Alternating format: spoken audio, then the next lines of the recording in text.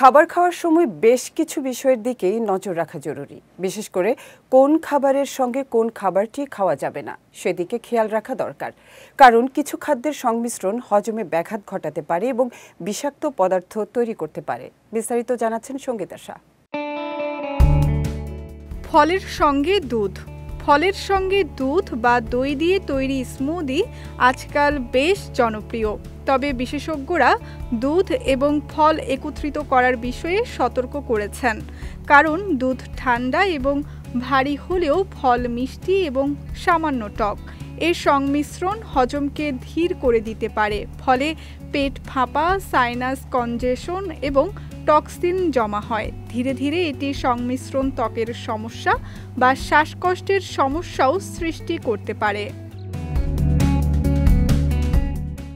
যদিও মধু, গরম পানি বা দুধ আলাদাভাবে খাওয়া ভালো, তবে গরম পানি বা গরম দুধের সঙ্গে মধু মিশিয়ে খাওয়া যাবে না, কারণ মধু রান্না করা হলে বা এর তাপমাত্রা বৃদ্ধি করা হলে সেটি টক্সিক হয়ে উঠতে পারে।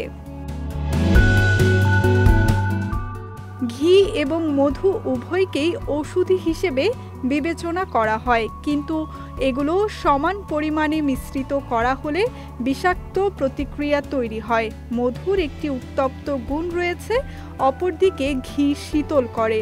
তাই এই দুই খাবারের ভারসাম্য রাখা উচিত। সম পরিমাণে খেলে এই মিশ্রণটি হজম এবং বিপাককে ব্যাহত করতে পারে, তবে অসম পরিমাণে ঘি এবং মধু একসঙ্গে খাওয়া ক্ষতিকর নয়।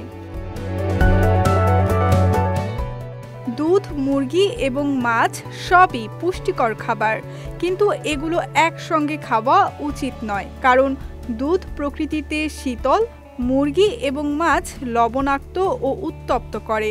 তাই এগুলো একসঙ্গে খেলে হজমে ব্যাঘাত ঘটতে পারে এবং শরীরে বিষাক্ত পদার্থ তৈরি হতে পারে। নিয়মিত এভাবে খেলে তা ধীরে ধীরে একজিমা বা সোরিয়াসিসের মতো ত্বকের রোগ সৃষ্টি করতে পারে।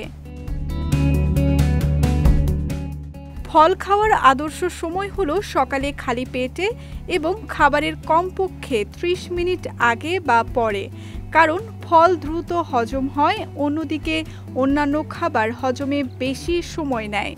এগুলো একসঙ্গে খেলে পেটে ফল গাজন হয়, যার ফলে গ্যাস, পেট ফাঁপা বা বদহজম হয়। এটি বিষাক্ত পদার্থ তৈরি করতে পারে এবং পুষ্টির শোষণ কমিয়ে দেয়।